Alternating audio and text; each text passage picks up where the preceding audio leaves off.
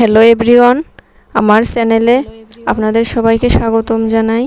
আজকে আমি prima one formula মিল্কটা নিয়ে রিভিউ শেয়ার করব। ভিডিওটি ভালো লাগলে একটা লাইক দিয়ে চ্যানেলটি সাবস্ক্রাইব করার অনুরোধ রইল।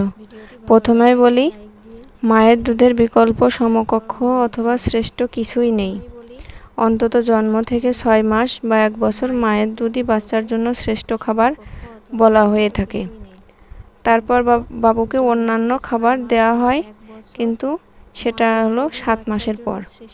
বাচ্চাকে আমরা ফর্মুলা দুধটা কখন দিই?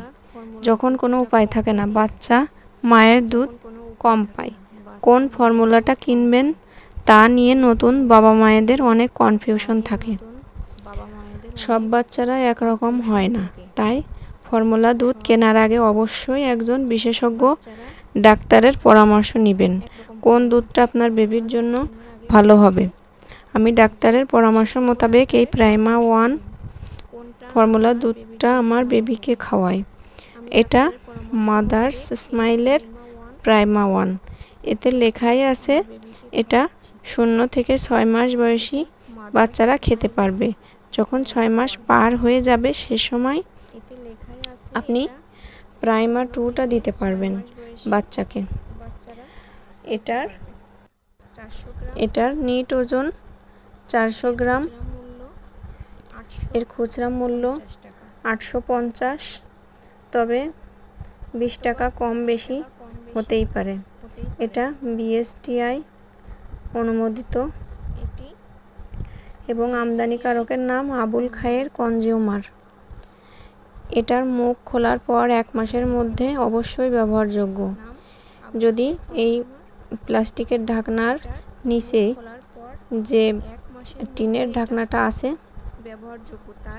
এই টিনের ঢাকনাটা খোলার পর বাবুকে দুধ খাওয়ানোর পর যদি 1 মাস পার হয়ে যায়, তবে অবশ্যই অবশিষ্ট দুধ ফেলে দিতে হবে। এই টিনের ঢাকনাটা এভাবে করে টান দিলে উঠে যাবে। এই টিনের ঢাকনাটা খোলার পর আপনি 1 মাসের বেশি বাবুকে দুধ খাওয়াতে পারবেন না। অবশ্যই 1 মাসের ভিতর যদি একটা ফুরিয়ে যায় তো গেল, না হলে আপনি যদি দুধ অবশিষ্ট থাকে অবশ্যই ফেলে দিতে হবে। এবং বানানোর সময়ও এর ঢাকনা বেশিক্ষণ খোলা রাখা যাবে না, তাহলে দুধটা নষ্ট হয়ে যাওয়ার সম্ভাবনা থাকে, জমাট বেঁধে যায়।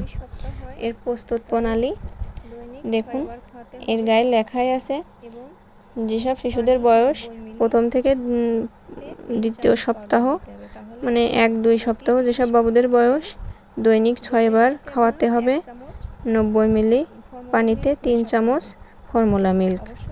তৃতীয় থেকে চতুর্থ সপ্তাহ দৈনিক 5 বার খাওয়াতে হবে 120 মিলি পানিতে 4 চামচ ফর্মুলা দুধ। এভাবে করে সর্বনিম্ন 30 মিলি পানিতে 1 চামচ ফর্মুলা দুধ মেশাতে হবে। তারপর আপনি 30 মিলি দেন, আর যে কতটুকুই দেন আপনার সেভাবে করে ফর্মুলা মিল্কের পরিমাণটাও অবশ্যই বাড়াতে হবে। এবং এখন এতে লেখাই আছে যখন বাবুর বয়স দ্বিতীয় মাস, তৃতীয় মাস, চতুর্থ, পঞ্চম মাস হয়ে যাবে, তখন আস্তে আস্তে আপনার পানির পরিমাণ এবং ফর্মুলা মিল্কের পরিমাণও বাড়াতে হবে। বানানোর সময় আপনার অবশ্যই হাইজিন মেনটেন করতে হবে। দেখুন এতে লেখাই আছে সাবান দিয়ে আপনার হাত ভালোভাবে ধুয়ে নিন। বোতল ও দুধ বানানোর সরঞ্জাম ভালোভাবে ধুয়ে নিন। কমপক্ষে 10 মিনিট গরম পানিতে ফুটান। খাবার পানি 10 মিনিট ধরে ফুটিয়ে গরম করুন এবং ঠান্ডা হতে দিন। পরিমাণ অনুযায়ী হালকা গরম পানি বোতলে ঢালুন। কেবলমাত্র টিনের সরবরাহকৃত চামচটি ব্যবহার করবেন, অন্য কোনো চামচ আপনি ব্যবহার করবেন না, তাহলে আপনার পানি আর দুধের পরিমাণটা কিন্তু সঠিক হবে না।